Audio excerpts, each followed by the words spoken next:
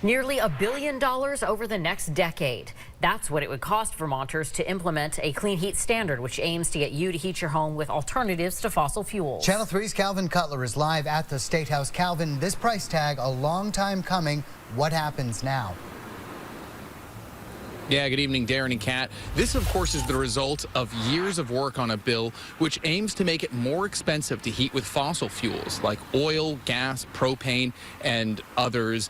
And this new price tag, though, is raising questions about whether our climate commitments can earn political support, both in the short and the far term. Clean Heat Standard is not a fundamentally wrong program. We just don't think it's a good fit for Vermont. The big reveal for a years-long effort aimed at going green in how you heat your home.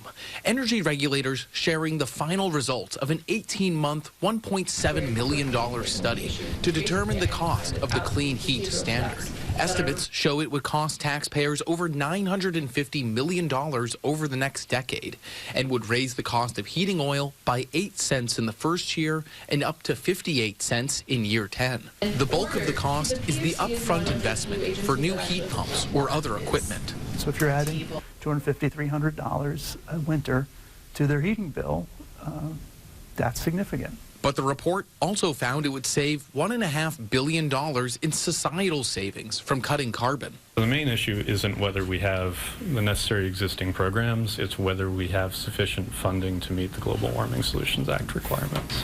The Clean Heat Standard is aimed at speeding up the adoption of green thermal options to meet our climate requirements and transition low-income Vermonters off of volatile fossil fuels.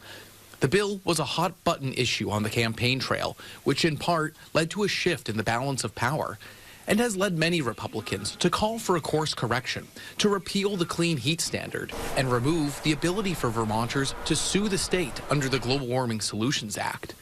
They say it will cost Vermonters too much to meet those mandates. To put us on a different glide slope that our general fund can afford and the budgets of our families can afford. The chair of the Senate Natural Resources Committee says regulators offered other solutions to achieve those goals, like a new carbon tax, more incentives for weatherization, or partnering with other states for a clean heat standard. People with money are already making these changes. She adds, Vermont needs to stay the course on our climate commitments, adding accelerating the transition to clean energy will help those most in need. If we can get Vermonters over that hump to get to those cheaper alternatives, it will benefit Vermonters.